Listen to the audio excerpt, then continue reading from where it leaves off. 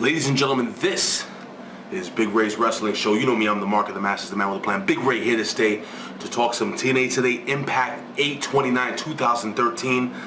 Ladies and gentlemen, a lot of stuff has been going on in TNA. Now, we know that Brooke Hogan is gone. Apparently last week, Devon is gone. There's rumors that AJ Styles may potentially be gone. And also, I mean, you got Hulk Hogan in WWE 14. Is he leaving the company? That's my first question to you guys. I want to know who you think is actually going to stay in TNA and who is going to leave the company if they do it all. There are a lot of questions to be answered, and there were a lot of answers tonight. But we're going to quickly jump into the review of the show, or the breakdown of the show. We have the Aces and Eights, and they come to the ring. And the first thing Bully Ray says, "I'm in a bad mood."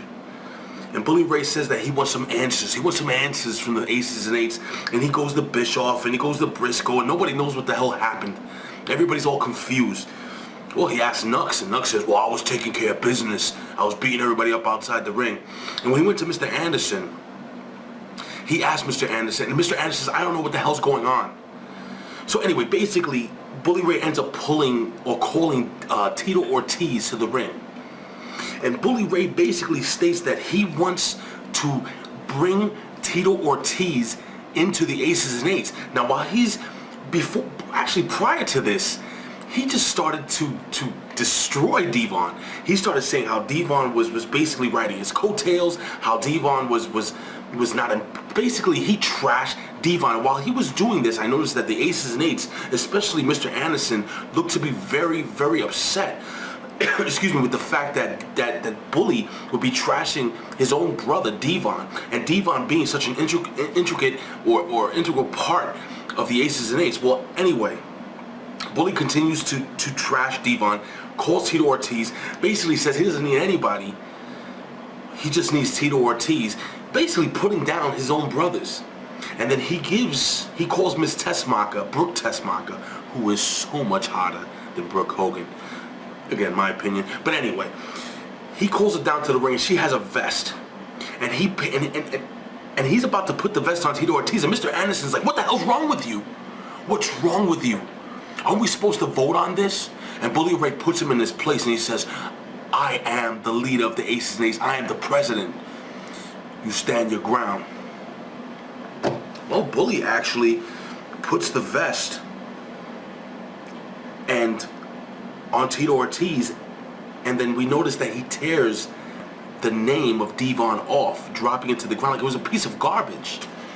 Mr. Anderson picking it up, not looking very, very happy. But apparently Tito Ortiz is officially a member of the Aces and Eights. And I'm going to jump into something a little later on, and I want your opinion on it, but we're going to move quickly into the matches. We're going to break the matches down really, really quickly. We had Jeff Hardy versus Cass, which is a pretty decent match. During the match, Jeff actually tried to make Cass submit by using the figure 4 leg lock. Towards the end of the match, we have Cass, who comes off the second rope with an attack. Jeff Hardy able to kick him in the gut, hit him with a twist of fate, then follow it up with the Swanton bomb and gets the 1, 2, 3. So he gets 7 points in the BFG series. We quickly move backstage. We have the Aces and Eights, and they are not happy with Bully's decision. And Mr. Anderson says something extremely, extremely interesting. They're basically talking about how voting is how they make all their decisions. Well, Mr. Anderson says if Bully Ray doesn't get his act right, there's going to be a vote that he's not going to like. What do you guys think he means by that? Leave a comment here below, OneWrestling.com or YouTube/OneWrestlingVideo. We move on to the best out of 3 falls. Gail Kim versus ODB, and I'm going to quickly run through this match. It was actually a very physical match. ODB is the powerhouse. She is the powerhouse, and Gail Kim is one of the finest female wrestlers, or wrestlers in general, on this earth today. Very, very quick, very good match. Basically, again, power versus technical. Kim was able to work on ODB's knee throughout the match, injuring that knee.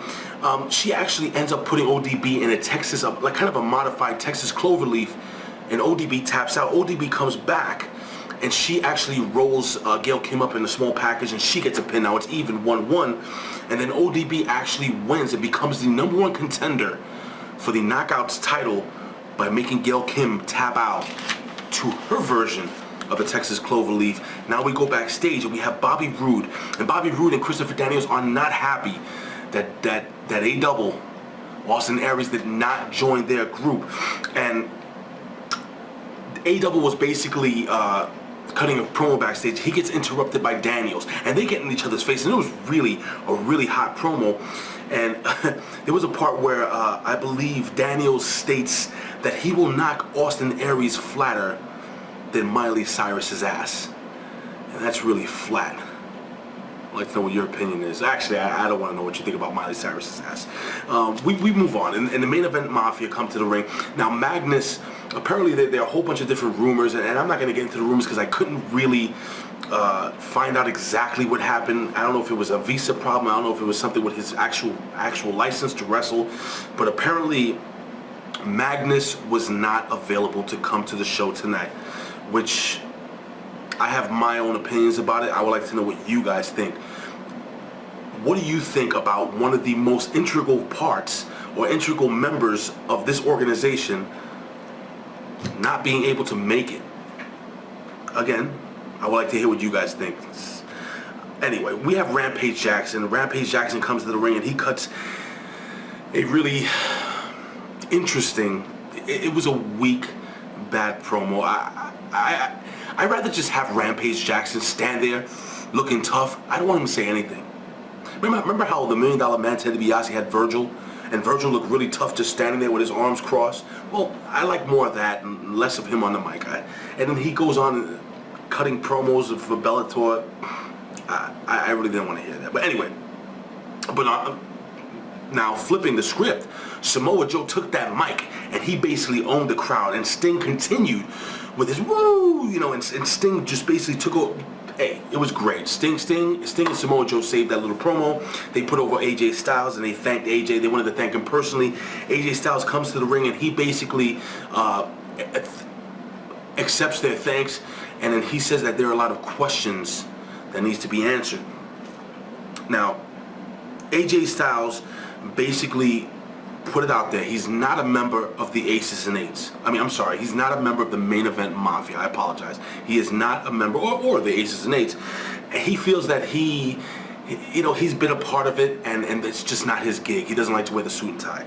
But it goes deeper than that. He feels basically, and I'm going to really try to consolidate this entire deep promo.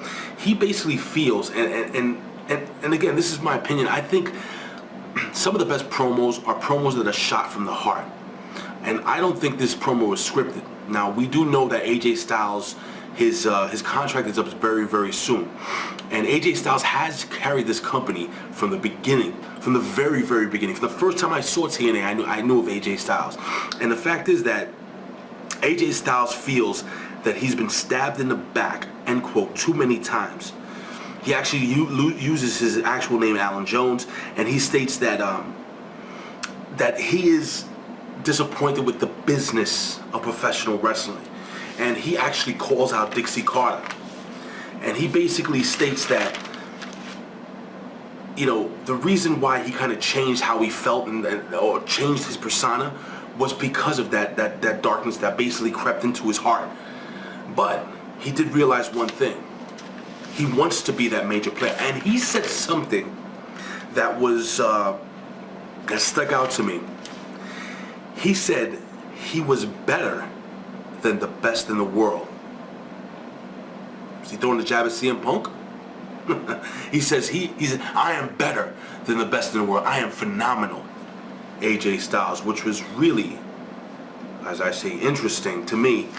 I would like to know what your thoughts were about that one sentence that he said. So he basically states that he wants to be the TNA World Heavyweight Champion. He wants to carry the company on his back for him.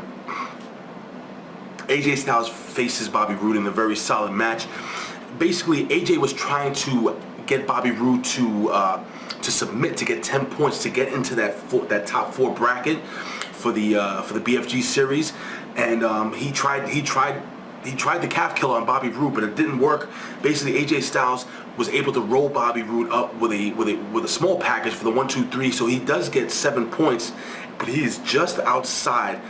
He's at 29 points. I'm gonna actually post the BFG series standings here in a couple of minutes, but we're gonna quickly move on. We have which was a phenomenal match, no pun intended, a match between Daniels and Austin Aries, and again I'll post it right here so you guys can see the breakdown, the up-to-date breakdown. And it was a great match. Austin Aries is always on point. These guys really put a fantastic match together. Towards the end of the match, Austin Aries Irish whips Daniels into the ropes, and he hit man, I'm telling you, it was, if he didn't kick this guy flush in the face, anyway, he hit him with a beautiful drop kick at very close range while Daniels was rebounding off of the ropes, able to hit the brainbuster for the 1-2-3. One hell of a match. So again, here are the BFG series. Here are the standings, the top 4. Now we go backstage. We have Bully Ray, and Bully Ray cuts a promo stating how he has Hulk Hogan in his back pocket, so on and so forth. And he says something very interesting again. A lot of things happening here. He says, Tito, I want you to basically keep Mr. Anderson in check. Hulk Hogan, brother, is back, dude. He comes back into the ring and he says, it's great to be back, brother. Hulk Hogan basically calls up the leaderboard onto the screen, and he breaks down the fact, and he breaks some really big news. Apparently there will be a gauntlet match next week that will be for 20 points in the BFG series, so it's basically up for grabs. Who do you think will be in the top 4 in the BFG series? Please leave your list below, or just leave a comment below here, OneWrestling.com, YouTube/OneWrestling video. We're gonna quickly jump into this. Hulk Hogan drops that bombshell, then Bully Ray comes in, interrupts, says, Dad, you're back. I missed you, Dad. And he has Brooke Tessmacher with him, and he's about to introduce his lovely lady to Hulk Hogan. Hulk Hogan basically says, listen, dude, let me tell you something, brother. I got divorce papers, brother. It's over. Bully Ray and Brooke are no longer married. They are now finally divorced. Well, as we know, Brooke was actually let go of the company, but it's neither here nor there. As per the storyline, Brooke Hogan is now divorced from Bully Ray. And a lot of interesting things happened here.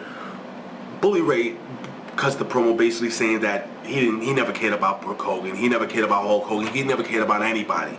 He just tried to get a hold of that TNA World Heavyweight Championship that I have hanging up back there. So basically, Bully Ray was put in kind of a predicament because Hulk Hogan stated to him that in 2 weeks he will have to defend his title and face one of the brothers from the Aces and Eights, Bully Ray. Now Hulk Hogan said he was away negotiating and making wrestling decisions. Well, he calls Sting to the ring, and apparently Sting next week will be facing Bully Ray for the World Championship, but I thought Sting was not allowed to have a championship match. What did Hulk Hogan negotiate? Ladies and gentlemen, TNA was all over the place, and it wasn't necessarily bad, but I am looking forward to finding out next week what the hell is going on. How does Sting get a world title match? And if Bully Ray survives, who is he gonna face in 2 weeks? I'm guessing he's gonna get by Sting somehow. Now, I'm gonna throw this one out for you real quick. I don't think Bully should really trust Tito Ortiz. Again, just my opinion. Ladies and gentlemen, this has been Big Ray's Wrestling Show. I ask you guys, leave a comment here below. Please hit that like button, subscribe to us. Ladies and gentlemen, you can find us here every single week at OneWrestling.com, YouTube/OneWrestling video. You can find me here. Oh, you can follow us, on Twitter at OneWrestling. You can follow me on Twitter at Big Ray Show. You can find us here every single week at YouTube/OneWrestling video. And I probably said that already. It has been a pleasure. I'm sorry I wasn't here last week, and I have some really interesting news But I'm going to break it to you guys next week. I'm going to be doing a review of something really fun. It's kind of a big thing. But anyway, ladies and gentlemen, I will see you next week. Please leave all your comments here below. I will talk to you next week. Why do I do this? Ladies and gentlemen, I would do this for a living, but if I couldn't, I'd do it anyway. Why? Because I love talking wrestling. I'll see you guys next week. It's going to be interesting. Peace.